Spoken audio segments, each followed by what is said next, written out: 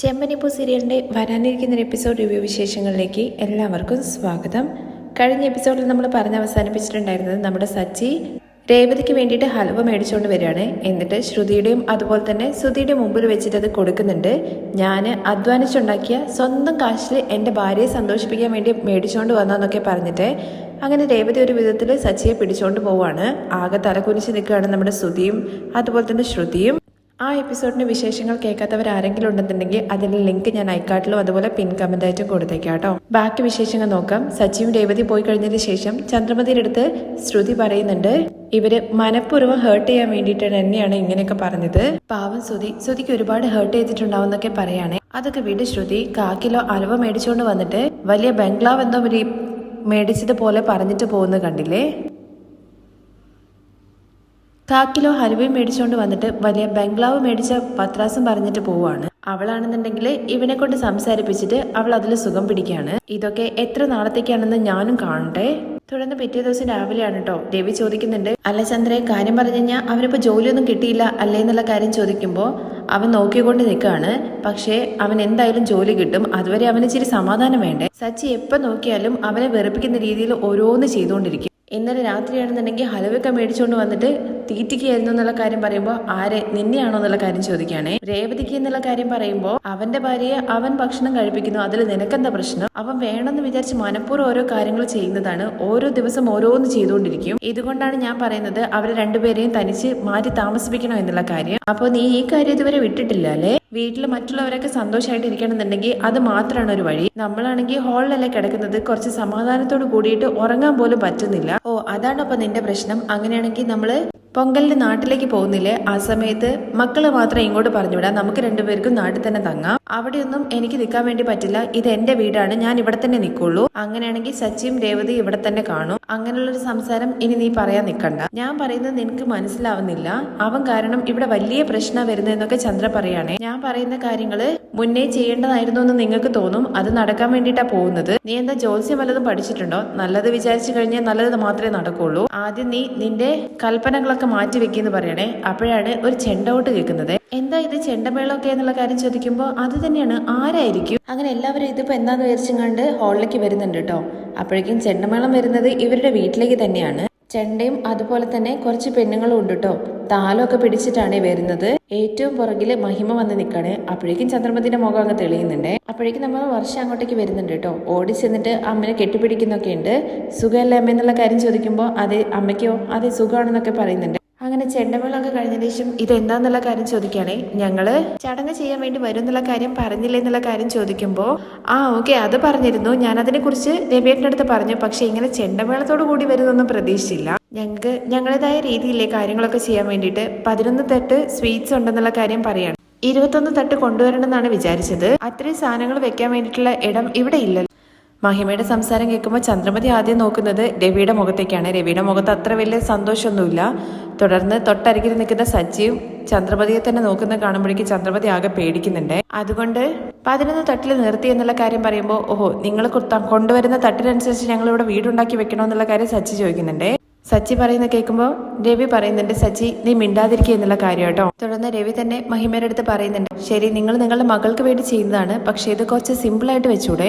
ഞങ്ങളുടെ വഴക്കം പോലെ ഇത് ചെയ്തു, അത്രേ ഉള്ളൂ. അത് കഴിഞ്ഞിട്ട് ഒരു ഡയമണ്ട് നെക്ലേസ് എടുത്തിട്ട് നേരെ വർഷയുടെ കയ്യിലേക്ക് കൊടുക്കുകയാണ്. അത് കണ്ടോടെ തന്നെ അമ്മ അന്ന് നമ്മൾ ദുബായി പോയപ്പോൾ മേടിച്ചതല്ലേ അതേ മോളെ. അപ്പോഴേക്കും ചന്ദ്രമതിയുടെ കണ്ണ് മഞ്ഞളിക്കാൻ തുടങ്ങി കേട്ടോ. ഇത് കാണുന്ന സമയത്ത് ചന്ദ്രമതി ചോദിക്കുന്നുണ്ട്, അല്ല ഇതെന്താ തിളങ്ങുന്നത്, ഡയമണ്ട് ആണോ എന്നുള്ള കാര്യം ചോദിക്കുമ്പോൾ അതെ വർഷയ്ക്ക് വേണ്ടി മേടിച്ചതാന്ന് പറയാണേ.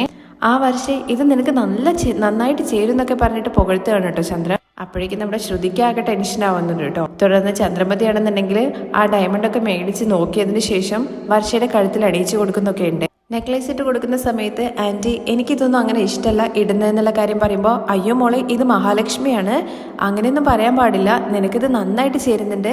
ശ്രുതി ഇതാ ഇവൾക്ക് ഇതിട്ടിട്ട് നല്ല ഭംഗിയില്ല എന്നുള്ള കാര്യം ചോദിക്കുമ്പോൾ ആന്റി നന്നായിട്ടുണ്ടെന്ന് പറയണേ. ഇത് കാണുന്ന സമയത്ത് സച്ചി പറയുന്നുണ്ട്, ഇനി അമ്മേനെ കയ്യിലൊന്നും പിടിച്ചാക്കിയിട്ടില്ല, ഇങ്ങനെ പട്ടം പറത്തിയ പോലെ ആകാശത്ത് ചുറ്റിക്കറങ്ങി നടക്കും. സച്ചിയുടെ കുറച്ചു നേരത്തേക്കൊന്നും മിണ്ടാതിരിക്കുന്നു പറയാണ് രേവതി.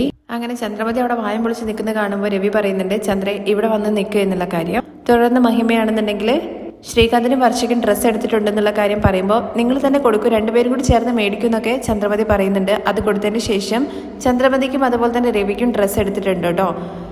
ഞങ്ങൾ മുറ പോലെ നിങ്ങൾക്കും എടുത്തതാണെന്നുള്ള കാര്യം പറയുമ്പോൾ അതെന്തിനാ ഞങ്ങൾക്കൊക്കെ എടുത്തത്, നിങ്ങളുടെ മക്കൾക്ക് മാത്രം ചെയ്താൽ മതിയായിരുന്നല്ലോ എന്നുള്ള കാര്യം നമ്മുടെ രവി ചോദിക്കുന്ന സമയത്ത് അയ്യോ അതൊക്കെ അവര് മുറ പോലെ ചെയ്യുന്നതല്ലേ, നിങ്ങൾ തന്നോളൂ എന്ന് പറഞ്ഞിട്ട് ചന്ദ്രമതി അത് ആർത്തിയോട് കൂടി മേടിക്കുകയാണ് കേട്ടോ. മേടിച്ച ഉടനെ തന്നെ തുറന്നു നോക്കുന്നുണ്ട് കേട്ടോ. ഹായ് നല്ല രസമുണ്ട്, നന്നായിട്ടുണ്ടെന്നൊക്കെ പറയാണ് കേട്ടോ മഹിമയുടെ അടുത്ത്.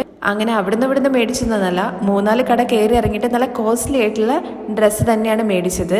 നിങ്ങൾക്ക് ഇത് നന്നായിട്ട് ചേരുന്ന് പറയുമ്പോൾ അതെ എനിക്ക് നല്ല ഭംഗിയുണ്ടാവും ഇത് കൊടുത്താല്, അല്ലേ രവിയേട്ട എന്നുള്ള കാര്യം ചോദിക്കുമ്പോൾ രവിന്റെ മുഖത്ത് പ്രത്യേകിച്ച് എക്സ്പ്രഷൻ ഒന്നും ഇല്ല കേട്ടോ. അത് കഴിഞ്ഞിട്ട് മഹിമയുടെ അടുത്ത് ഇരിക്കൂ രേവതി, നീ എന്താ നോക്കി നിൽക്കുന്നത്, പെട്ടെന്ന് തന്നെ ചായ ഉണ്ടാക്കി കൊണ്ടുപോകാ എന്ന് പറയണേ. അങ്ങനെ ഇരിക്കുന്ന സമയത്ത് മഹിമയുടെ അടുത്ത് പറയുന്നുണ്ടേ, നിങ്ങൾ ഇന്ന് വരുന്നുള്ള കാര്യം പറഞ്ഞപ്പോൾ ഞങ്ങൾ വിചാരിച്ചു ശ്രീകാന്തിനും വർഷയ്ക്കും മാത്രമായിട്ട് എന്തെങ്കിലും ചെയ്തിട്ട് പോവായിരിക്കും എന്നുള്ള കാര്യം. പക്ഷേ നിങ്ങൾ വന്ന് തകർത്ത് ഞങ്ങൾ അമ്പരിപ്പിച്ച് കളഞ്ഞു എന്നൊക്കെ പറയുമ്പോൾ ഇതൊക്കെ എന്താണ്, ഞങ്ങൾ പൊങ്കലിനേക്കാൾ കൂടുതൽ ഓണാണ് സെലിബ്രേറ്റ് ചെയ്യുക, അതുകൊണ്ട് ഇതിനേക്കാൾ നന്നായിട്ട് ഞങ്ങൾ ആ സമയത്ത് ചെയ്യുന്ന പറയാണ്. 100 തട്ടായിട്ട് ഞങ്ങൾ ഇവിടെ വന്ന് നിൽക്കുന്നൊക്കെ പറയാണ് കേട്ടോ. ഓഹോ എന്നൊക്കെ ചോദിക്കുന്നുണ്ട് ചന്ദ്രമതി ഇത് കേൾക്കുമ്പോൾ.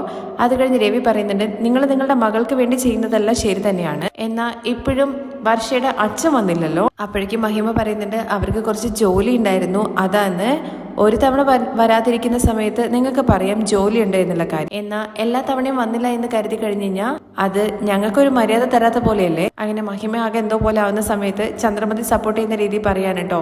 അവർ വരും, വരാതെ എവിടെ പോകാനോ, ഒരു ദിവസം അവരുടെ മകളെ കാണാൻ വേണ്ടിയിട്ട് എന്തായാലും വരും. എന്തായാലും അവർ വേണ്ട കാര്യങ്ങളൊക്കെ കൃത്യമായിട്ട് തന്നെ ചെയ്യുന്നുണ്ടല്ലോ, അവരൊരു ദിവസം വരും. ഇപ്പൊ എന്തിനാ വെറുതെ അതിനെക്കുറിച്ചൊക്കെ സംസാരിക്കുന്നത്, വിട്ടേക്ക്. കൊണ്ടുവന്നിരിക്കുന്ന ഡ്രസ്സ് എന്ത് രസമാണെന്നുള്ള കാര്യം നോക്കിയേ നിങ്ങളെന്നൊക്കെ രവീന്റെ അടുത്ത് പറയാൻ കേട്ടോ. അപ്പോഴാണ് നമ്മുടെ രേവതിയുടെ അമ്മ അങ്ങോട്ടേക്ക് വരുന്നത്. അവരെ കാണുമ്പോഴേക്കും അമ്മേ വാ അമ്മ എന്നൊക്കെ പറഞ്ഞിട്ട് ഭയങ്കര സ്വീകരിച്ചിരുത്തുന്നുണ്ട് കേട്ടോ നമ്മുടെ സച്ചി. അങ്ങനെ അവിടെ താലൊക്കെ ഇരിക്കുന്ന കാണുന്ന സമയത്ത് ലക്ഷ്മി ചോദിക്കുന്നുണ്ട്, എന്താ ഈ വീട്ടിൽ വല്ല വിശേഷം ഉണ്ടെന്നുള്ള കാര്യത്തെക്കുറിച്ച്. അപ്പോഴേക്കും ചന്ദ്രമതി എന്താ അത് ചോദിക്കാൻ വേണ്ടി വന്നതാണോ എന്ന് ചോദിക്കുകയാണെ. അല്ല, ഞങ്ങള് പൊങ്കൽ വരെയല്ലേ താലം കൊടുത്തിട്ട് പോവാന്ന് കരുതിയിട്ട് വന്നാന്ന് പറയാണേ. ചന്ദ്രേ എണീക്ക്, രേവതി ഇങ്ങോട്ട് വാ എന്ന് പറയാണേ. അപ്പോഴേക്കും താലത്തിലിരിക്കുന്ന സാധനം കാണുമ്പോഴേക്കും മാർക്കറ്റിൽ ഇരിക്കുന്ന ഒഴിവാക്കിയ സാധനങ്ങളൊക്കെ മേടിച്ചിട്ട് വന്നതായിരിക്കും അല്ലേ. അതെ, എല്ലാവരും മാർക്കറ്റിൽ നിന്ന് തന്നെ വാങ്ങുന്നത്. AC ഒക്കെ ഇട്ടിട്ട് കടയിൽ 10 രൂപേന്റെ സാധനം 100 രൂപ എന്ന് വിൽക്കുന്നതാണ്. അതിനേക്കാളും ബെറ്റർ ഇത് തന്നെയാണെന്ന് സച്ചി പറയാണേ. അമ്മയെന്ന് പറഞ്ഞ് രേവതി അരികിലേക്ക് ചെല്ലുന്നുണ്ട് കേട്ടോ. ദാ അമ്മ പൊങ്കലിന് താലൊക്കെ ആയിട്ടാ വന്നെന്നുള്ള കാര്യം പറയുമ്പോൾ അതെ ലോറി വിളിച്ചിട്ടാ കൊണ്ടുവന്നെന്നുള്ള കാര്യം ചന്ദ്രമതി അടക്ക് പറയുമ്പോൾ അല്ല ഗൂഡ്സ് വിളിച്ചിട്ടാണ്, ബാക്കി സാധനങ്ങൾ പുറകെ വരുന്നുണ്ട്. എടാ ചുമ്മാ ഇരിക്കടാ ചന്ദ്രേ മേടിക്കുക എന്ന് പറഞ്ഞിട്ട് രണ്ടുപേരും കൂടി മേടിച്ച് വെക്കുന്നുണ്ട്. അത് കഴിഞ്ഞിട്ട് മേടിച്ച് വെച്ചതിന് ശേഷം രവി പറയുന്നുണ്ട്, രേവതി ഇങ്ങോട്ട് നിൽക്കും, നിങ്ങൾ രണ്ടുപേരും കൂടി ചേർന്നിട്ട് അമ്മയുടെ ആശീർവാദം മേടിക്കും. രണ്ടുപേർക്കുള്ള ഡ്രസ്സൊക്കെ കൊടുക്കുന്നുണ്ട് കേട്ടോ നമ്മുടെ ലക്ഷ്മി. അത് കഴിഞ്ഞ് രണ്ടുപേരും കൂടി ചേർന്നിട്ട് കാലിൽ വീണ ആശീർവാദമൊക്കെ മേടിക്കുന്നുണ്ട്. അങ്ങനെ രവി വന്നിട്ട് പരിചയപ്പെടുത്തുന്നുണ്ട് കേട്ടോ. ഇത് സച്ചിയുടെ അമ്മായിയമ്മയാണ്, രേവതിയുടെ അമ്മ. അങ്ങനെ വർഷയുടെ അമ്മയാണെന്ന് പറഞ്ഞിട്ട് മഹിമയും രണ്ടുപേരും അങ്ങോട്ടും കൊണ്ട് പരിചയപ്പെടുത്തുന്നുണ്ട് രവി. അപ്പോഴേക്കും അച്ചപ്പത്തിന്റെ ഒരു പാക്കറ്റ് ഉണ്ട് കേട്ടോ. അത് വർഷ കാണാണേ. ഇതെന്താന്നുള്ള കാര്യം ചോദിച്ചിട്ട് എടുക്കുന്നുണ്ട്. അച്ചപ്പാണെന്നുള്ള കാര്യം പറയുമ്പോൾ ഞാൻ ടേസ്റ്റ് ചെയ്ത് നോക്കട്ടെ എന്നുള്ള കാര്യം ചോദിക്കുകയാണേ. ആ ശരി എന്ന് പറയണം. അത് കഴിച്ചിട്ട് ഭയങ്കര ടേസ്റ്റ് ഉണ്ടെന്നുള്ള കാര്യം പറയാണ് കേട്ടോ വർഷ. ശ്രീകാന്ത് ടേസ്റ്റ് ചെയ്യുന്ന പറഞ്ഞിട്ട് വായിലിട്ട് കൊടുക്കുന്നുണ്ട് കേട്ടോ. അപ്പോഴേക്കും മഹിമയ്ക്ക് എന്തോ ഒരു പോലെ ആവുന്നുണ്ട്. നാട്ടിലുള്ള പലഹാരങ്ങളൊക്കെ കൊണ്ടുവന്നിട്ടും നമ്മുടെ വർഷ എടുത്തത് രേവതിയുടെ അമ്മ കൊണ്ടുവന്നിരിക്കുന്ന അച്ചപ്പല്ലേ, അതാണെങ്കിലും ഭയങ്കര ടേസ്റ്റ് ഉണ്ടെന്നുള്ള കാര്യം എല്ലാവരുടെ മുമ്പിൽ നിന്ന് പറയുന്നുണ്ട്. അങ്ങനെ മഹിമയ്ക്ക് ആകെ എന്തോ പോലെ ആവുന്നുണ്ടല്ലോ. അത് ചന്ദ്രമതിയുടെ ശ്രദ്ധയിൽ പെടുന്നുണ്ട് കേട്ടോ. അപ്പോഴേക്കും മഹിമ ഞാൻ പോട്ടെ എന്നുള്ള കാര്യം പറയുമ്പോൾ അയ്യോ മഹിമ എന്താ ഇപ്പൊ പോകുന്നത്, ഇപ്പൊ വന്നല്ലേ ഉള്ളൂ. ഇല്ല കുറച്ച് ജോലിയുണ്ട്, ഞാൻ പോവാ എന്ന് പറഞ്ഞിട്ട് മഹിമ അവിടെ നിന്ന് പോവാണ്. അതിന്റെ പുറകെ തന്നെ നമ്മുടെ വർഷയും പോകുന്നുണ്ട്. ആന്റി ഞാൻ സ്റ്റുഡിയോയിലേക്ക് പോവാണെന്നുള്ള കാര്യം പറയാണേ. ശ്രീകാന്ത് അവിടെ ഡ്രോപ്പ് ചെയ്തിട്ട് വരാ എന്ന് പറഞ്ഞിട്ട് അവിടെ നിന്ന് പോകുന്നുണ്ട്. അങ്ങനെ മഹിമയെ അഭിമാനിച്ചു വിട്ട പോലെയാണ് ചന്ദ്രമതിക്ക് ഫീൽ ചെയ്യുന്നത്. കലി തുള്ളിയിട്ടാണ് കേട്ടോ വരുന്നത്. ഇപ്പൊ സന്തോഷമായോ നിങ്ങൾക്ക്? വന്നവരെ പറഞ്ഞു വിട്ടപ്പോ എന്താണ് നിങ്ങൾ വിളിക്കൊന്നും ചെയ്യേണ്ട വന്നത്? അല്ല പൊങ്കലിന് താലം കൊടുക്കാൻ വേണ്ടി വന്ന അവരുടെ അടുത്ത് നീ ഇങ്ങനെയൊക്കെ സംസാരിക്കുന്നത്? അല്ല രവേട്ട, വരാ എന്നുള്ള കാര്യം ഒന്ന് ഫോൺ ചെയ്തിട്ട് പറഞ്ഞിട്ട് വേണ്ടേ വരാൻ? ഇന്നലെ രാത്രി വർഷയുടെ അമ്മ ഫോൺ ചെയ്തിട്ട് വരാന്നുള്ള കാര്യം പറഞ്ഞു എന്ന് പറയുമ്പോൾ ഇവരും എന്നെ നേരത്തെ ഫോൺ ചെയ്തിട്ടാണ് വന്നതെന്നുള്ള കാര്യം രവി ജസ്റ്റ് സപ്പോർട്ട് ചെയ്യാൻ വേണ്ടി പറയാണ് കേട്ടോ ചെയ്യുന്നത്. അതെങ്ങനെ ശരിയാകും? വർഷയുടെ അമ്മ വരാന്ന് പറഞ്ഞ അതേ ദിവസം തന്നെ ഇവരും വന്നത്. എന്താ രേവതി, ഇന്നലെ വർഷയുടെ അമ്മ വരാന്നുള്ള കാര്യം പറഞ്ഞത് കേട്ടിട്ട് നിന്റെ അമ്മയുടെ അടുത്തും ഇന്ന് തരാൻ വേണ്ടിട്ട് നീയാണോ പറഞ്ഞത്? അയ്യോ അങ്ങനെയൊന്നുമില്ല ചേച്ചി, അവളെന്റെ അടുത്ത് വരാനൊന്നും പറഞ്ഞില്ല, ഇന്ന് നല്ല ദിവസം ആയതുകൊണ്ട് വന്ന് കൊടുത്തിട്ട് പോവാന്ന് കരുതി. അപ്പോഴേക്ക് സച്ചി പറയുന്നുണ്ട് കേട്ടോ, അല്ലേ അമ്മ എന്തിനാ അവരുടെ അടുത്ത് മറുപടിയൊക്കെ കൊടുക്കാൻ വേണ്ടി പറയുന്നത്? അമ്മ എപ്പോ വരണം എന്ന് തോന്നിയാലും ഇങ്ങോട്ട് വരാം, അവരുടെ കാര്യം നോക്കാൻ നിൽക്കണ്ട. അല്ല ചന്ദ്രേ, അവർ വന്നിരിക്കുന്നത് രേവതിക്കും അതുപോലെ സച്ചിക്കും അനുഗ്രഹിക്കാൻ വേണ്ടിയിട്ടാണ്, അതിൽ നിനക്കെന്താ പ്രശ്നം? പിന്നെ വല്ലാത്തൊരു താലം തന്നെയാണ്. 4 പഴവും അതുപോലെ ഒരു ചായം കലർത്തിയ പുടവയും 4 മുറുക്കും വെച്ച് കൊണ്ടുവന്ന് ഇതിനൊക്കെ ആരെങ്കിലും താലെന്ന് പറയും. ഇങ്ങോട്ട് നോക്ക് എത്ര തട്ടുണ്ടെന്നുള്ള കാര്യം, ഓരോന്നിൽ എന്തൊക്കെയുള്ളതെന്നുള്ള കാര്യം നോക്ക്. ഡ്രസ്സ്, സ്വർണം, എന്തൊക്കെ സാധനങ്ങളാ. ഇത് കേൾക്കുമ്പോൾ സച്ചിക്കും അതുപോലെ രേവതിക്കും ഭയങ്കരമായിട്ട് സങ്കടമാവുന്നുണ്ട് കേട്ടോ. ഡയമണ്ട് നെക്ലേസ് വരെ കൊടുത്തിട്ടുണ്ട്. ഈ തട്ടില് 1 ഗ്രാം സ്വർണ്ണെങ്കിലും ഉണ്ടോന്ന് നോക്കിയേ. ഇത് കേൾക്കുമ്പോൾ രവി ചോദിക്കുന്നുണ്ട്, ചന്ദ്രേ നീ കുറച്ച് ബുദ്ധിപരമായിട്ട് ചിന്തിച്ചിട്ട് സംസാരിക്കുവോ? ചെയ്യുന്ന മനസ്സാണ് നോക്കേണ്ടത്, എന്താ ചെയ്തതെന്നല്ല. വർഷയുടെ അമ്മ അവരുടെ മനസ്സിന് ഒത്ത പോലെ എന്തെല്ലാം കാര്യങ്ങളാ ചെയ്തത് നോക്ക്. അവരെ ഇരുത്തിയിട്ട് ഒരു കോഫി കൊടുക്കും പോലും സമ്മതിച്ചില്ല. അതിനു മുമ്പായിട്ട് ഇവര് വന്ന് ഇവിടെ നിന്നു. അതുകൊണ്ടാണ് അവർ എണീറ്റ് പോയത്. ഒരു ഫോൺ ചെയ്ത് ചോദിച്ചിട്ടുണ്ടായിരുന്നെങ്കിൽ എപ്പോഴാ വരേണ്ടതെന്ന് ഞാൻ പറയില്ലായിരുന്നോ? ഇവരാണെങ്കിൽ ഇവരുടെ ഇഷ്ടത്തിന് വന്ന് നിൽക്കുന്നു. അപ്പോഴേക്കും ലക്ഷ്മി പറയുന്നുണ്ട്, രവിയേട്ടാ ഞാൻ പോവാണെന്നുള്ള കാര്യം. ഇത് കേട്ടോടൻ തന്നെ സച്ചി ചോദിക്കുന്നുണ്ട്, അമ്മ എങ്ങോട്ടായി പോകുന്നത്? ഇവരുടെ കണ്ണിലെ സാധനങ്ങളെ കാണുള്ളൂ, മനുഷ്യന്റെ മനസ്സ് കാണില്ല. അമ്മ എങ്ങോട്ട് പോകാനാ? അമ്മ അവിടെ ഇരിക്കും. അപ്പോഴേക്കും ശ്രുതി ചോദിക്കുന്നുണ്ട് കേട്ടോ, നീ എന്താണ് അമ്മയെ കുറിച്ചിട്ട് പറയുന്നത്? അമ്മ ന്യായമായിട്ടുള്ള കാര്യമല്ലേ ചോദിച്ചത്? എന്താടാ അവർ സംസാരിച്ചതിൽ നീ ന്യായം പിടിച്ചിട്ട് വക്കാലത്ത് പറയാൻ വേണ്ടി വരുവാണോ? അതെ, വർഷയുടെ അമ്മ 11 തട്ട് സ്വീറ്റ്സ് വെച്ചിട്ടുണ്ട്. നീ അങ്ങോട്ട് നോക്ക്, ഒരേ ഒരു തട്ട് മാത്രമല്ലേ ഉള്ളത്. അപ്പോഴേക്ക് സച്ചി നേരെ ശ്രുതിക്ക് അരികിലേക്ക് ചെല്ലാണ് കേട്ടോ. രേവതിയുടെ വീട്ടിൽ നിന്ന് ഒരു തട്ടെങ്കിലും വന്നു, എന്നാ മലേഷ്യയിൽ നിന്ന് ഒരു കിണ്ണം പോലും വന്നില്ലല്ലോ. എന്താ ഓർഡർ എടുത്തി? ശരിയല്ലേ? നിങ്ങളുടെ വീട്ടിൽ നിന്ന് ഒന്നും വന്നില്ലല്ലോ. അത് കേൾക്കുമ്പോഴേക്കും നമ്മുടെ ശ്രുതി സങ്കടപ്പെട്ടിട്ട് അവിടുന്ന് പോവാണ് കേട്ടോ. അതിന്റെ പുറകെ തന്നെ ശ്രുതി എണീറ്റ് പോകുന്നുണ്ട്. അവര് പോയ കസേരയിൽ നമ്മുടെ സച്ചി കയറിയിരിക്കുകയാണ് കേട്ടോ. അവര് പോകുന്ന കാണുമ്പോഴേക്കും ചന്ദ്രമതി ചോദിക്കുന്നുണ്ട്, ഇവൻ എന്ത് വർത്താന പറഞ്ഞെന്നുള്ള കാര്യം അറിയോന്ന്? നീ ആരംഭിച്ചു വെച്ചതല്ലേ, ആദ്യം നീ മിണ്ടാതിരിക്കേ. ലക്ഷ്മി നീ ഇരിക്കെന്ന് പറയണേ. രേവതി നീ പോയിട്ട് ലക്ഷ്മിക്ക് ചായ ഉണ്ടാക്കിയിട്ട് വാ എന്ന് പറയാണ്. അങ്ങനെ കലി തൊള്ളിയിട്ട് ചന്ദ്രമതി അവിടുന്ന് പോകുമ്പോഴേക്ക് രവി പറയുന്നുണ്ട്, ചന്ദ്രേ അവിടെ നിൽക്ക്, ലക്ഷ്മി വന്നത് നീ കണ്ടില്ലേ, ഇവിടെ ഇരിക്കുന്ന പറഞ്ഞിട്ട് അവിടെ ഇരുത്തുകയാണ്. അങ്ങനെ നമ്മുടെ ശ്രുതിയാണെന്നുണ്ടെങ്കിൽ ആകെ സങ്കടപ്പെട്ടിട്ട് മുകളിൽ ടെറസിൽ പോയി നിൽക്കുമ്പോഴാണ് അമ്മായിമ്മ ആശ്വസിപ്പിക്കാൻ വേണ്ടി ചെല്ലാണ്. ശ്രുതി എന്ന് പറഞ്ഞിട്ട് നമ്മുടെ ചന്ദ്രമതി ചെന്ന് വിളിക്കുമ്പോഴേക്കും, ആന്റി ഈ സച്ചി എന്തൊക്കെയാ ഇങ്ങനെയൊക്കെ സംസാരിക്കുന്നത്? അവൻ പറയുക തന്നെ ചെയ്യല്ലോ. എന്താ ആന്റി നിങ്ങളും ഇങ്ങനെയൊക്കെ തന്നെ പറയുന്നത്? അതല്ല, അവൻ സംസാരിക്കാൻ വേണ്ടിയിട്ട് നമ്മൾ ഇടം കൊടുക്കാൻ പാടില്ലല്ലോ. അവന്റെ വായ അടപ്പിക്കാൻ വേണ്ടിയിട്ട് ഒരേ ഒരു വഴി മാത്രമേ ഉള്ളൂ. നിന്റെ അച്ഛൻ ഇവിടെ വന്ന് ഒന്ന് ഫ്ലൈറ്റ് ഇറങ്ങിയാൽ മാത്രം മതി. പിന്നെ അവരുടെ സംസാരം, നിന്റെ അച്ഛനൊന്ന് ഇവിടെ വന്ന് ഇറങ്ങിയാൽ മതി. അതോട് കൂടിയിട്ട് അവരുടെ വായൊക്കെ മൂടിക്കിട്ടും. ഇല്ല ആന്റി, എന്റെ അച്ഛൻ്റെ അടുത്ത് ഞാൻ സംസാരിക്കുന്നുണ്ടെന്ന് കരുതിയിട്ട് ഒരിക്കലും അവരുടെ മുഖം കാണാനുള്ള ഒരു മാനസികാവസ്ഥയിലല്ല ഞാന്. അവർ ചെയ്ത പണിക്ക് എന്നൊക്കെ പറഞ്ഞ് ദേഷ്യം പിടിക്കുകയാണേ. എന്താ ശ്രുതി ഇത്? ഒരു വലിയൊരു മനുഷ്യൻ അവരുടെ അവസാന കാലത്ത് അവർക്കൊരു തുണ വേണമെന്ന് വിചാരിച്ചിട്ട് കല്യാണം കഴിച്ചു. നാട്ടില് ഇത് നടക്കാത്തതോ മറ്റോ ആണോ? എത്ര നാളത്തേക്കാണ് ഇങ്ങനെ ദേഷ്യത്തോട് കൂടിയിട്ട് നിൽക്കുക? അതൊക്കെ വീട്. ആദ്യം നിന്റെ അച്ഛൻ്റെ അടുത്ത് വരാൻ വേണ്ടി പറ. ഇല്ല ആന്റി അതെന്നൊക്കെ പറയുമ്പോഴേക്കും, നോക്ക് ശ്രുതി, പൊങ്കലിന് നമ്മൾ എല്ലാവരും നാട്ടിലേക്ക് പോകാൻ വേണ്ടിയിട്ട് തീരുമാനം എടുത്തു. എന്റെ അമ്മായിമ്മ ഉണ്ടല്ലോ, അത് സാധാരണ ഒരാളല്ല. നീ തന്നെ കണ്ടിട്ടുണ്ടാവല്ലോ എന്നെ എന്തൊക്കെ രീതിയിലാണ് അധികാരം നടത്തുന്നത് എന്നുള്ള കാര്യം. നിനക്ക് കിട്ടിയ അമ്മായിമ്മയെ പോലെ എനിക്ക് കിട്ടിയില്ല.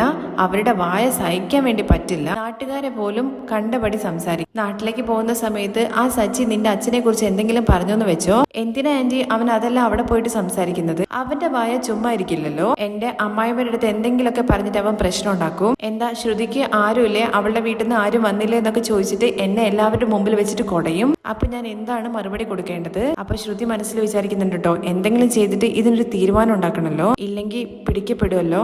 അപ്പോഴേക്കും കണ്ണിന്നൊക്കെ വെള്ളം ഇങ്ങനെ ഒലിപ്പിക്കുന്നുണ്ട് കേട്ടോ. അയ്യോ ശ്രുതി എന്ത് പറ്റി എന്നുള്ള കാര്യം ചോദിക്കുമ്പോൾ, ആന്റിക്ക് അറിയാലോ എനിക്ക് അമ്മയില്ല എന്നുള്ള കാര്യം. അതെനിക്ക് അറിയാലോ, നീ പറഞ്ഞിട്ടുണ്ടല്ലോ. ആന്റി കണ്ടല്ലോ, വർഷയുടെ അമ്മ വന്നു, രേവതിയുടെ അമ്മ വന്നു. ഇതൊക്കെ കാണുന്ന സമയത്ത് എന്റെ മനസ്സ് ഉടയുന്നു. അവരെ കുറിച്ച് എനിക്ക് ഓർമ്മ വന്നു. അമ്മ ഉണ്ടായിരുന്നെങ്കിൽ ഉറപ്പായിട്ടും എനിക്ക് വേണ്ടിയിട്ട് വരില്ലായിരുന്നോ? ഇപ്പം എന്റെ അച്ഛന് എന്നെ ഒന്ന് കാണണമെന്നോ എന്ന് വിചാരിച്ചിട്ട് ഇങ്ങോട്ടൊന്ന് വരണം എന്ന് തോന്നിയില്ലല്ലോ.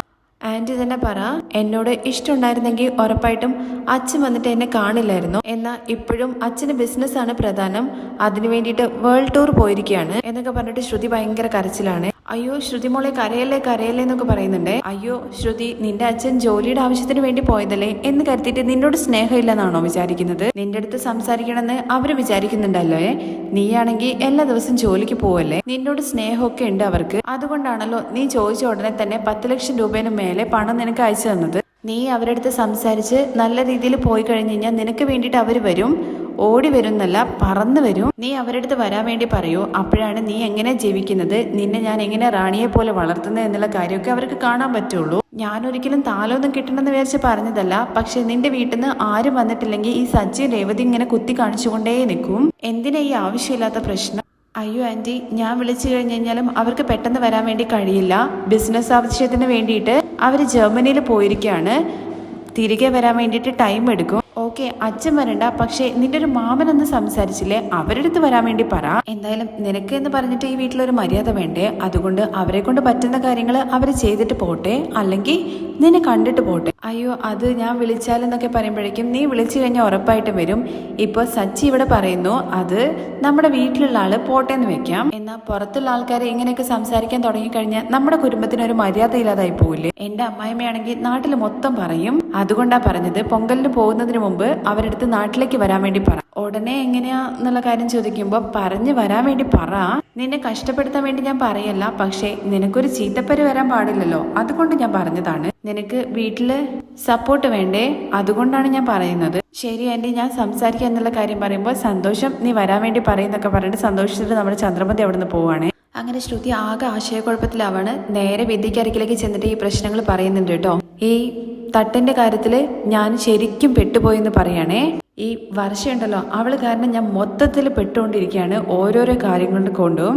അവളുടെ അമ്മയാണെന്നുണ്ടെങ്കിൽ ഡയമണ്ട് അത് ഇതൊക്കെ കൊണ്ടുവരുന്നു എന്നുള്ള കാര്യം പറയണേ. ഉൾനാട്ടിൽ കിടക്കുന്ന വർഷയുടെ അമ്മ ഇത്രയും കാര്യങ്ങൾ ചെയ്യുന്നുണ്ടെങ്കിൽ നിന്റെ മലേഷ്യ കിടക്കുന്ന അച്ഛൻ ലോറി കണക്കിന് സ്വർണവും ഡയമണ്ടും കൊണ്ടുവരണം എന്നല്ലേ നിന്റെ അമ്മയും ആഗ്രഹിക്കുള്ളൂ. എന്നാൽ സൈക്കിൾ പോലും കൊണ്ടുവരാൻ വഴിയില്ല എന്നുള്ള കാര്യം നമുക്കല്ലേ അറിയുള്ളൂ. വേണമെങ്കിൽ നമുക്കൊരു കാര്യം ചെയ്യാം, നിന്റെ അമ്മയുടെ അടുത്ത് തട്ട് കൊണ്ടുതരാൻ വേണ്ടി പറഞ്ഞാലോ. എടി, നീ എന്താ തമാശ പറയാണോ? രേവതിയുടെ വീട്ടിൽ നിന്ന് ഒരു തട്ട് കൊണ്ടുവന്നതിന് എന്റെ അമ്മായിമ്മ എന്തൊക്കെയാ പറഞ്ഞെന്നുള്ള കാര്യം അറിയോ?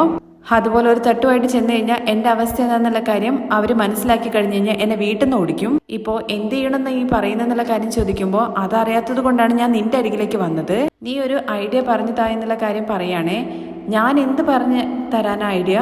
നീ ഒരു ബുദ്ധിശാലി എന്നുള്ള കാര്യം വിചാരിച്ചിട്ട് ഞാൻ നിന്റെ അരികിലേക്ക് വന്നതല്ലേ എന്ന് ചോദിക്കുമ്പോൾ നിന്റെ അടുത്ത് ആരാടി അങ്ങനെ നനയ്ക്കാൻ വേണ്ടി പറഞ്ഞത്? ദയവ് ചെയ്തിട്ട് നീ കളിക്കാതെ ഒരു ഐഡിയ പറ. അങ്ങനെ കുറച്ചു നേരം അങ്ങോട്ടും ഇങ്ങോട്ടും നടന്നിട്ട് മീര പറയുന്നുണ്ട് കേട്ടോ, ഇനിയിപ്പോൾ കുറെ നാളത്തേക്ക് മലേഷ്യന്ന് അവര് വരും ഇവര് വരുന്നു പറഞ്ഞിട്ട് നമുക്ക് പിടിച്ച് നിർത്താൻ വേണ്ടി പറ്റില്ല. അതുകൊണ്ട് തന്നെ ഉടനെ തന്നെ മലേഷ്യന്ന് അച്ഛനോ അല്ലെങ്കിൽ മാമനോ വരണം എന്നുള്ള കാര്യം പറയും. ഈ ചൂട് ചായ എടുത്തിട്ട് നിന്റെ മുഖത്തേക്ക് ഞാൻ ഒഴിക്കും. എനിക്ക് മലേഷ്യന്ന് ആര് വരാനടി? ആരെങ്കിലും ഉണ്ടെങ്കിലല്ലേ. എടി, നിന്നെ ഞാൻ ഒരു സ്ഥലത്തേക്ക് കൂട്ടിക്കൊണ്ട് പോകാം. അവിടെ ഒരാളുണ്ട്, അയാൾ നിന്റെ അച്ഛനാവണോ അതോ മാമനാവണോ എന്നുള്ള കാര്യം നീ തന്നെ നോക്കിയിട്ട് കണ്ടിട്ട് പറ. എന്താടി നീ പറയുന്നത്? എനിക്കൊന്നും മനസ്സിലാവുന്നില്ല. എനിക്ക് അച്ഛൻ മാമ അങ്ങനെ ആരും ഇല്ലല്ലോ. അത് കഥയിലുണ്ടല്ലോ. അപ്പൊ നിന്റെ കഥയിലുള്ള കഥാപാത്രത്തിന് നമ്മൾ ജീവൻ കൊടുക്കാൻ വേണ്ടി പോകുന്നു. മലേഷ്യയിൽ നിന്ന് വരുന്ന പോലെ ഒരാളെ നമ്മൾ സെറ്റ് ചെയ്യാം. എടി, നീ എന്താ പുതിയ ഡ്രാമ ഇറക്കാൻ വേണ്ടി പറയാമെന്നുള്ള കാര്യം ചോദിക്കുമ്പോൾ ഓൾറെഡി നീ ഇരിക്കുന്ന ഡ്രാമയ്ക്ക് ഇത് സെക്കൻഡ് പാർട്ട് അത്രേ ഉള്ളൂ. ഇപ്പൊ രക്ഷപ്പെടാൻ വേണ്ടിയിട്ട് ഇത് മാത്രമേ ഉള്ളൊരു വഴി. ഇത് വർക്കൗട്ട് ആവുമോ എന്നുള്ള കാര്യം ചോദിക്കുന്ന സമയത്ത് മീര പറയുന്നുണ്ട്, ശരിക്ക് ഇംപ്ലിമെന്റ് ചെയ്തിട്ട് വർക്കൗട്ട് ചെയ്ത് കഴിഞ്ഞ് കഴിഞ്ഞാൽ ഇത് വർക്കൗട്ട് ആയിക്കോളും. അപ്പോൾ മലേഷ്യയിൽ നിന്ന് വരുന്ന ഒരാള് വേണ്ട എന്നുള്ള കാര്യം ചോദിക്കുമ്പോൾ അതിന് വേണ്ടിയിട്ടാണ് നിന്നെ ഞാൻ ഇപ്പോൾ കൊണ്ടുപോകുന്നത്. ആരും നീ കാണാൻ വേണ്ടി പോകുന്ന എന്നുള്ള കാര്യം ചോദിക്കുമ്പോൾ ഈ കാര്യങ്ങളൊക്കെ ചെയ്യാൻ വേണ്ടിയിട്ട് പറ്റൊരാളുണ്ട്, വന്ന് നോക്ക് എന്നുള്ള കാര്യം പറയാണ്. അങ്ങനെ നേരെ കൊണ്ടുവന്നത് ഒരു ഇറച്ചി വെട്ടുകാരൻ്റെ അടുത്തേക്കാണ് കേട്ടോ. അദ്ദേഹം ഈ നാടകത്തിലൊക്കെ അഭിനയിക്കുന്ന ആളാണ്. കടയിൽ തന്നെ ഉണ്ട് ഇഷ്ടംപോലെ ബോർഡുകൾ കേട്ടോ. അതിനകത്ത് അദ്ദേഹം പോലീസ് വേഷത്തിലും അതുപോലെ വക്കീലായിട്ട് അങ്ങനെ ഓരോരോ വേഷങ്ങളിൽ എടുത്തിരിക്കുന്ന ഫോട്ടോസ് ഇങ്ങനെയുണ്ട്. മീരയെ കാണുന്ന ഉടനെ തന്നെ ഫ്ലാറ്റ് പാപ്പ എന്ന് പറഞ്ഞിട്ടാണ് വിളിക്കുന്നത്. ഞാൻ ഫ്ലാറ്റ് പാപ്പയല്ല മീര എന്നുള്ള കാര്യം പറഞ്ഞില്ലേന്ന് ചോദിക്കണേ. ഓക്കെ, നിനക്ക് എന്താ ഇപ്പോൾ വേണ്ടത്? തലക്കഷ്ണാണോ, ലെഗ് പീസാണോ, അത് വേറെ എന്തെങ്കിലും ആണോ എന്നുള്ള കാര്യം ചോദിക്കുമ്പോൾ അതൊന്നുമല്ല, ഞങ്ങളിപ്പോൾ വന്നത് വേറൊരു കാര്യത്തിനാണ്. എന്താ നിങ്ങളുടെ അസോസിയേഷനിൽ വേറെ എന്തെങ്കിലും ഡ്രാമ പ്രോഗ്രാം ഉണ്ടോ? എന്തായാലും ഒരു തവണ തന്നെ നിങ്ങളുടെ ഡ്രാമയിൽ ഞാൻ അഭിനയിച്ചത് കൊണ്ട് തന്നെ എനിക്കിപ്പോൾ ഭയങ്കര പേരാണ്, ആർട്ടിസ്റ്റ് എന്നാണ് എല്ലാവരും എന്നെ വിളിക്കുന്നതെന്നൊക്കെ പറയുകയാണേ. ഇപ്പോൾ എന്ത് വേഷം ഞാൻ ചെയ്യേണ്ടതെന്നുള്ള കാര്യം ചോദിക്കുമ്പോൾ അതൊന്നുമല്ല, ചാൻസ് ചോദിച്ചിട്ടില്ലായിരുന്നു എന്നുള്ള കാര്യം ചോദിക്കുമ്പോൾ ആ ചാൻസ് ചോദിച്ചിട്ടുണ്ടായിരുന്നു സിനിമയിൽ അഭിനയിക്കാൻ വേണ്ടിയിട്ട്. എനിക്ക് ചാൻസ് മേടിച്ചു തരാൻ വേണ്ടി വന്നതാണെന്ന് ചോദിക്കുമ്പോൾ അതെ, അതിന് വേണ്ടി തന്നെയാണ്. എന്താ ഈ കാര്യം വന്ന ഉടനെ തന്നെ പറയേണ്ടത്, ഇത്ര ലേറ്റ് ആയിട്ടെന്നൊക്കെ ചോദിക്കുകയാണേ. അപ്പോഴേക്കും അവിടെ ഒരാൾ ഇറച്ചി മേടിക്കാൻ വേണ്ടി വന്ന് നിൽക്കുന്നുണ്ട്. ചേട്ടാ ഒന്ന് പെട്ടെന്ന് വെട്ടിത്തരുമോ എന്നുള്ള കാര്യം ചോദിക്കുമ്പോൾ നീ കുറച്ച് നേരം നിൽക്കടാ, സിനിമയിൽ ചാൻസ് കിട്ടുക എന്നുള്ള കാര്യം പറയുന്നത് ബിരിയാണിയിൽ ലെഗ് പീസ് കിട്ടുന്നത് മാതിരിയാണ്, എല്ലാവർക്കും ഈ അവസരം കിട്ടില്ല. അതൊക്കെ ഇരിക്കട്ടെ, എന്താ റോള്, ഏതാ പടം എന്നൊക്കെ ചോദിക്കുമ്പോൾ അതൊക്കെ നല്ല പടം തന്നെയാണ്. പുതിയൊരു കമലഹാസൻ പടം വരുന്നുണ്ട്, അതിൽ റോളാന്നുള്ള കാര്യം പറയുമ്പോഴേക്കും ഈ മണി എന്ന് പറയുന്ന ആൾക്ക് ഇങ്ങനെ ചങ്കുവേദന പോലെ വരികയാണേ. ഇതൊക്കെ കണ്ടിട്ട് ശ്രുതിക്കൊന്നും മനസ്സിലാവുന്നില്ല കേട്ടോ. കമലഹാസന്റെ പടമൊക്കെ ഞാൻ ഒരുപാട് കണ്ടിട്ടുണ്ട്. അദ്ദേഹത്തിന്റെ പുതിയ പടം വരുമ്പോൾ ഞാൻ കടയ്ക്ക് ലീവ് കൊടുക്കാറാണ് പതിവ്. എന്നാൽ അദ്ദേഹത്തിന്റെ പടത്തിൽ എനിക്ക് ഒരു ചാൻസ് കിട്ടുക എന്നൊക്കെ പറയുമ്പോഴേക്കും എന്നൊക്കെ പറഞ്ഞിട്ട് ആളങ്ങ് പൊങ്ങി വരികയാണ് കേട്ടോ. അങ്ങനെ ചാൻസ് ഒന്നും പെട്ടെന്ന് കിട്ടില്ല. ഒരു സ്ഥലത്ത് പോയിട്ട് ചെറിയൊരു സ്ക്രിപ്റ്റ് ഒക്കെ ചെയ്യണം, അത് കണ്ടിട്ടാണ് അദ്ദേഹം ഓക്കെ പറയാ. ഒരു കാര്യം ചെയ്യണം, നിങ്ങൾ ഇവൾക്ക് മാമനായിട്ട് അഭിനയിക്കണം എന്നുള്ള കാര്യം പറയണേ. ഓ, ഇവളുടെ കൂടെയാണോ അഭിനയിക്കേണ്ടത്? ഈ കുട്ടിയും നല്ല നടിയാണെന്ന് ചോദിക്കുമ്പോൾ അതെ അതെ ഇവള് നല്ല നടിയാണ്. നിന്നെ എന്ന് പറയുന്നുണ്ട് ശ്രുതി ദേഷ്യത്തോട് കൂടിയിട്ട് അടക്കം. നിങ്ങൾ മലേഷ്യയിൽ നിന്ന് വരുന്ന ഒരാൾ മാമനാണെന്നുള്ള രീതിയിലാണ് നടിക്കേണ്ടതെന്ന് പറയുമ്പോൾ എന്തോ തരികിട പണിയാണെന്നുള്ള കാര്യം മനസ്സിലായി. ഞാൻ അഭിനയം എന്ന് പറയുന്നത് ഒരു കലയായിട്ട് കൊണ്ടു നടക്കുന്നതാണ്. ജീവിതമാർഗമായിട്ട് ഈ കടയിലാണ് ഞാൻ ഇതാക്കുന്നത്. അതുകൊണ്ട് ഇങ്ങനത്തെ പണിക്കൊന്നും എന്നെ വിളിക്കണ്ട എന്ന് പറയുകയാണേ. ഇതൊന്നും നമുക്ക് സെറ്റാവില്ല. ഒരാൾക്കും ഒരു ദ്രോഹം ചെയ്യില്ല ഈ മാണി എന്നൊക്കെ പറഞ്ഞിട്ട് അവിടുന്ന് പോവാണേ. ആ സമയത്ത് കമൽഹാസന്റെ പടത്തിൽ നടിക്കണോ വേണ്ടോ എന്നുള്ള കാര്യം ചോദിക്കുമ്പോൾ അദ്ദേഹം പിന്നിൽ നിന്ന് സ്റ്റക്ക് ആവാണ് കേട്ടോ. അങ്ങനെ അയാളുടെ വീക്ക്നെസ് കയറി പിടിച്ചിട്ട് അയാളെ കൊണ്ട് ഓക്കെ പറയിപ്പിക്കുകയാണ് കേട്ടോ. അങ്ങനെ അവരവിടുന്ന് പോയതിന് ശേഷം നമ്മുടെ ശ്രുതി ചോദിക്കുന്നുണ്ട്, അല്ല നീ പറയുന്ന എല്ലാ കാര്യം എന്താ അയാൾ വിശ്വസിക്കുന്നത് എന്നുള്ള കാര്യത്തെക്കുറിച്ച്? അത് നമുക്ക് നല്ല കാര്യമല്ലേ? എന്തായാലും ഇയാൾ വന്നിട്ട് നിന്റെ മാമനാണെന്നുള്ള കാര്യം പറഞ്ഞു കഴിഞ്ഞാൽ ഓക്കെ അല്ലേ എന്നുള്ള കാര്യം ചോദിക്കുമ്പോൾ അത് ഇയാൾ ഓക്കെ ആണ്. എന്നാൽ അവർ വന്ന് കൊളാക്കില്ലല്ലോ എന്നുള്ള കാര്യം ചോദിക്കുമ്പോൾ ഇല്ല, അഭിനയം എന്ന് പറയുന്നത് അയാൾക്ക് പ്രാന്താണ്. എന്ത് ജോലി ചെയ്യുന്ന സമയത്തും അഭിനയിക്കാൻ വേണ്ടി വിളിച്ചു കഴിഞ്ഞാൽ അത് അവിടെ ഇട്ടിട്ട് അദ്ദേഹം വരും. ഇപ്പൊ കണ്ടില്ലേ കമൽഹാസൻ മണിരത്നം എന്നൊക്കെ പറഞ്ഞപ്പോൾ അദ്ദേഹം ഓടി വന്നത് ഇതിന്റെ പേരിൽ എന്തെങ്കിലും പ്രശ്നമാവോടി എന്നുള്ള കാര്യം ചോദിക്കുമ്പോൾ എന്ത് പ്രശ്നമാവൻ, ഇയാൾക്ക് അതൊന്നും അറിയാൻ വേണ്ടി പോകുന്നില്ല. എന്തായാലും ഇപ്പോ നിന്റെ വീട്ടിൽ വന്നിട്ട് അയാൾ നന്നായിട്ട് അഭിനയിച്ചോളൂ. ഇതൊക്കെ ഓക്കെയാണ്, പക്ഷേ മാമൻ വരുന്ന സമയത്ത് താലം വെക്കണ്ടെന്നുള്ള കാര്യം ചോദിക്കുകയാണെ. അങ്ങനെയാണെങ്കിൽ ഇദ്ദേഹത്തിൻ്റെ അടുത്ത് കറിക്ക് വേണ്ടിയിട്ട് ഒരു 5 കിലോ ഇറച്ചി കൊണ്ടുവരാൻ വേണ്ടി പറഞ്ഞാലോ എന്ന് ചോദിക്കുകയാണെ. കളിയാക്കുന്ന രീതി പറയുമ്പോൾ നീ ഒന്ന് നിർത്തടി കളിയാക്കല്.